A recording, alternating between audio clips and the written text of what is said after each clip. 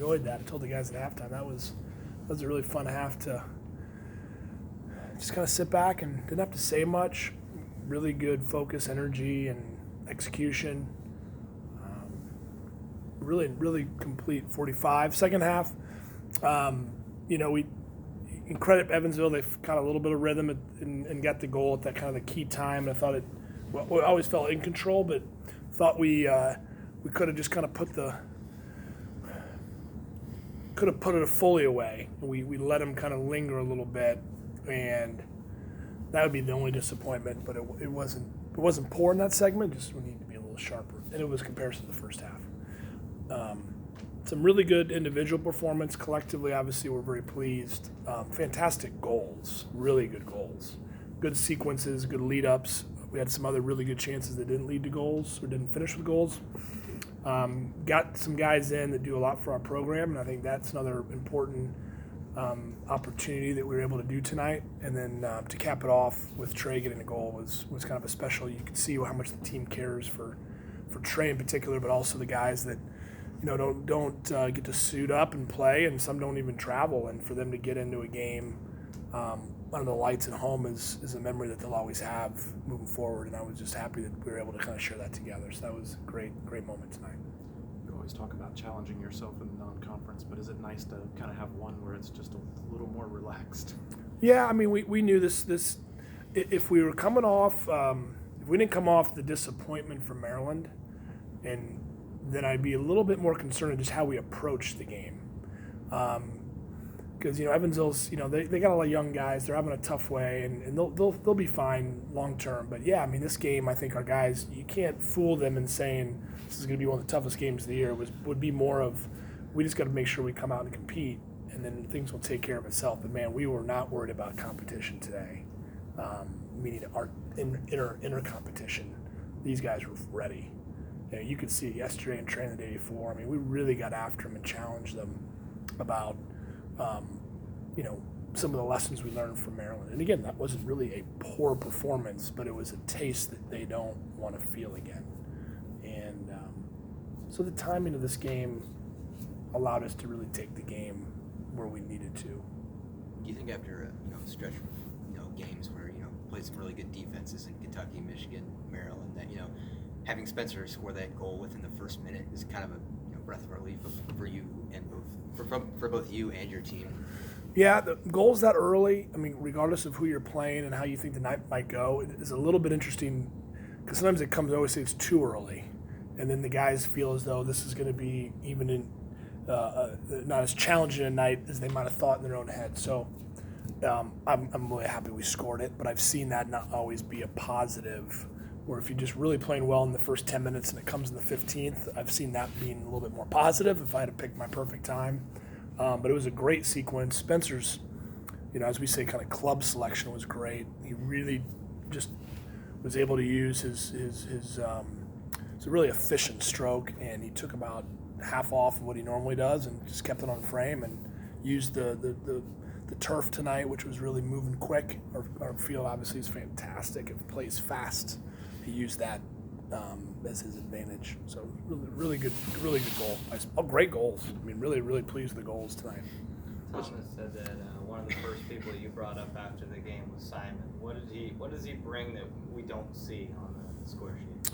Well, I mean, the guys really love Simon. I mean, to have a player come in and not be here very long, it says a lot about him. He's a really wonderful young man, and I think the guys, there's guys you actually have a little extra cheer for, and they knew it's challenging to play against your old team. It's hard. I mean, we don't have that often. We don't have many transfers in general, but to play against your old team, I just told him before the game, I go, Simon, just enjoy this. Don't think about who you're playing. This is just another opponent. Just go out and enjoy the competition that's at hand, and I thought he did a great job. Played well, and again, I've seen more of those not go as well, whether it's from the outside looking, not necessarily our team, but watching other guys play against their old team. So he handled it like we thought. He's a really he's well liked by everyone there. He departed on great terms, and you can see how well he's respected him within his old team. So I think the guys just really genuinely care for Simon on a deeper level than his performance. And then Coach Simon and several others racking up 6 assists for the team. Can you talk a little bit about, the passing and how that kind of helped set up those shots we were talking about earlier? There's some. I thought our passing was sharp all night, and you can say the opponent, it wasn't as challenging as maybe a top 10 team that we played, but when you pass that well, there's times we do unopposed passing without anyone, and you're not as sharp as it was tonight at times. So really happy with our passing tonight in general, and our decisions on when to go. I thought our tempo of because again, when they sat in their own half, you sometimes can get a little impatient and want to go too much.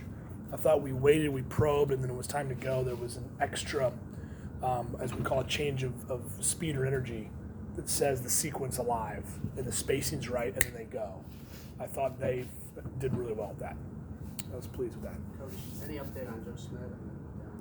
Yeah, I think he'll be fine. We were obviously concerned. He just took the kid didn't mean anything of it. They both kind of went in for a challenge and kind of both scraped each other up pretty good. So he just has pretty much a straight kind of stud mark from his mid shin up to his knee. But again, there was nothing malicious from their end. Just happens in our sport. I think he should be okay. So early indication he'll be fine moving forward. What does that mean for Friday? Too early. But I think long-term stuff, I think we can kind of rule out at this point that there's anything damaging. So Joe was smiling after the game, as we all were. It wasn't that long ago we were talking about what Thomas has done to the team without scoring. He gets his goal today. What does that mean to see him finally find the back of the net when he's just been working so hard outside of that? Yeah. Happy for him on a personal level, and then the team again. Really, Tom fuels a lot of this team, and he does it in a lot of different ways. One is just he's been here for a little bit, and he understands, and the guys respect that. He handles himself off the field really well. One of our best students. He's just well put together, and the guys again respond to him. So to get a goal when he's been a little bit unfortunate, having 3 goals in preseason, and not to have one yet in this year, and he's been so close, I think was really good. A lot of important goals sniped for some individuals that I think will then really be beneficial moving forward. Tom, one of them. With postseason seeding and hosting tournament sites becoming so much more important now, is it getting more difficult to keep teams like Evansville on the schedule, even though they're in-state schools and you want to play them, but it's making it more difficult from an RPI standpoint?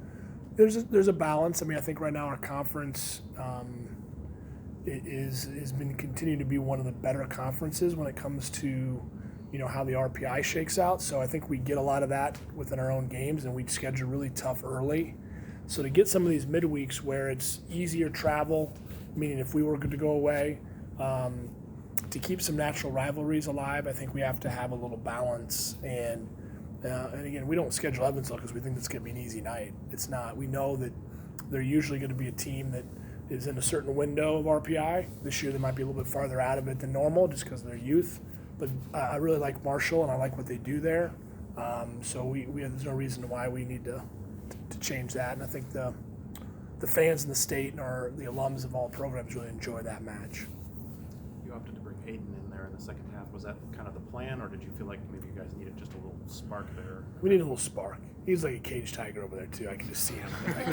He's just chomping over there. And we said, well, Aiden, we'll use you if we need. And I really was. You take some risks here and there, and he has a knock, and he's a tough kid. He's just not going to be calculated. That's one of the reasons why I didn't think it'd be smart to put him out there for as many minutes.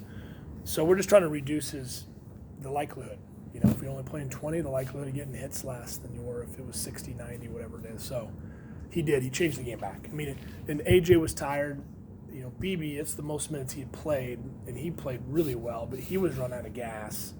So we just needed to get kind of the engine room back, and he did exactly that. So, and it was fun for him. And it was good, too, because I think he got confidence knowing that his foot felt a little bit better than maybe he even thought it was. I was just afraid that, it'd be a tackle that could set him back, and we just didn't want that to happen. So I tried to get him out back. I should have probably got him back out. And I tried. I just kind of actually forgot about it because he was looking good, and and we had so many new guys out there, and he's new too, but he feels like a senior compared to the other freshmen out there with minutes played. So I probably should have got him out in the last 5 or 7, but I forgot to do that. Certainly. certainly no coincidence you guys scored a few minutes after he comes in the game there Yes. with Thomas. Yeah, I mean, again, it's like one of those guys you look around and you're like, okay, you know, we got some firepower now.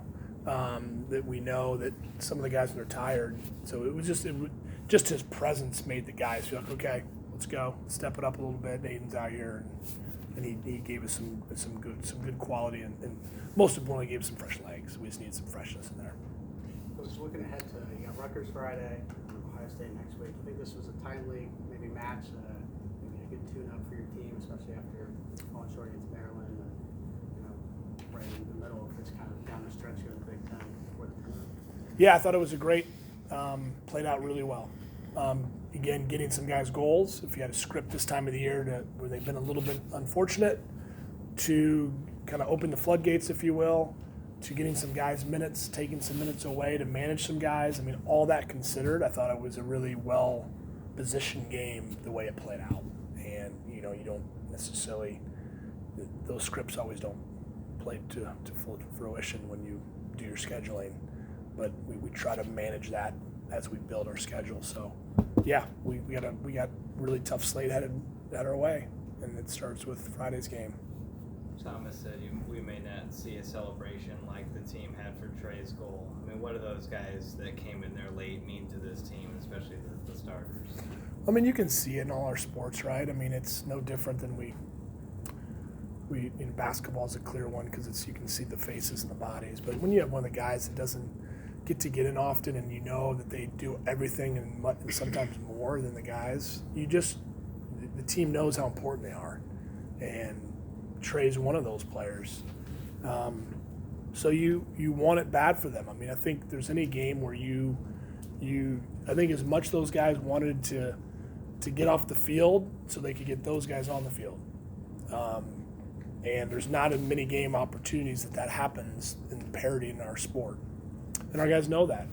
And so to give them that moment to celebrate with their teammates was a great. And I think that's going to obviously pay dividends for us as a team moving into this last stretch. So I thought that was really, really nice for our guys. Along those lines, how nice for you to put Ben out there. Yeah, that was fun. I asked the coaches what their thoughts were, and that's always tough, at that particular time to say, okay, who's going in when. I'm very tough on them, and at the same time, there's a protective measure when you're a parent. You want him to have success, and that was. But he did a good job. He came out. We just needed some fresh bodies in there, and he went out and worked his tail off, and I was happy for him, and he was smiling after the game, so it was fun. All right, thanks, Coach. Thanks, guys.